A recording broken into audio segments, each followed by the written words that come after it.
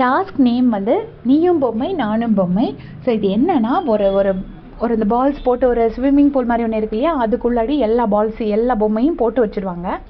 இதில் நம்ம வந்துட்டு ஒரு பஸர் அடித்தோடனே நம்ம ஆளுக்கு போய்ட்டு ஒரு பொம்மை எடுக்கணும். பொம்மை எடுத்து அந்த டால் ஹவுஸில் கொண்டு போய் வைக்கணும்.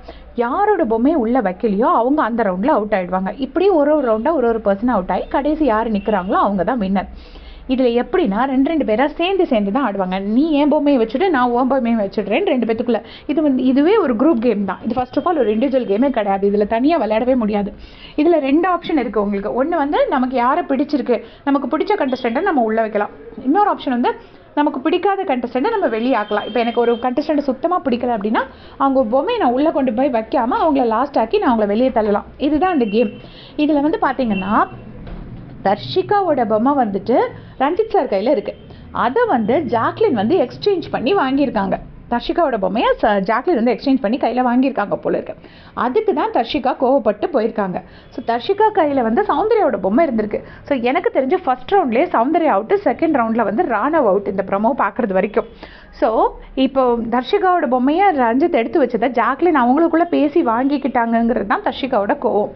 ஃபர்ஸ்ட் ஜஃப்ரி வந்து ஓடி வந்து குதிக்கிறாரு, முத்துக்குமரன் 2வது குதிக்கிறாரு.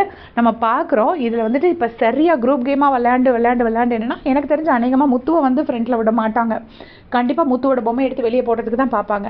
ஆனால் இதில் வந்துட்டு எகெயின் நான் வந்து என்ன சொல்வேன்னா இது வந்து சௌந்தர்யாவுக்கு தான் ஃபேவராக இருக்கும். ஏன்னா சௌந்தர்யா வந்து ஃபஸ்ட்டே வெளியில் போனாங்கும்போது எகெயின் அந்த ஓட்ஸ் தான் அவங்களுக்கு வந்து ஜாஸ்தியாகும், சிம்பத்தி ஓட்ஸ் தான் ஜாஸ்தியாகும். இந்த வீக் அவங்க நாமினேஷனில் இல்லை, பட் ஸ்டில் சௌந்தர்யா வந்து விளையாட விடலைங்கிற மாதிரி தான் அவங்க ஒரு இது வச்சாங்கன்னா கண்டிப்பாக இது அவங்களுக்கு ஃபேவராக தான் இருக்கும். அண்ட் முத்துவை டெஃபினட்டாக இவங்க யாரும் விளையாட விட மாட்டாங்கன்னு நான் நினைக்கிறேன். முத்து வந்து இந்த ப்ரமோவில் கேட்குறாரு, டே எனக்கு விஷாலோட பொம்மை கொடுறா அப்படின்னு கேட்குறாரு. எனக்கு தெரிஞ்சு முத்துவோட பொம்மையை வந்து விஷால் எடுத்திருக்கிறதுனால விஷாலோட பொம்மை கிடச்சிதுன்னா முத்து அதை வச்சுக்கிட்டு விஷால் கிட்ட சண்டை போடுவார். நீ வைக்கலன்னா நானும் வைக்க மாட்டேன்னு அவரும் வச்சுட்டே இருப்பார் அப்படின்னு நான் நினைக்கிறேன். ஸோ இதான் இப்போதைக்கு அந்த ப்ரமோலேருந்து நான் இன்டர்பிரட் பண்ண விஷயங்கள். நீங்கள் எதாவது வேறு எக்ஸ்ட்ரா பாயிண்ட்ஸ் இன்டர்பிரட் பண்ணிங்கன்னா மறக்காமல் எனக்கு கமெண்ட்ஸில் சொல்லுங்கள். ஸோ இந்த பொம்மை டாஸ்க்கை பார்க்க எத்தனை பேர் ரொம்ப ஆவலோடு காத்துட்ருக்கீங்கன்னு மறக்காமல் சொல்லிடுங்க. தேங்க்ஸ் ஃபார் வாட்சிங்.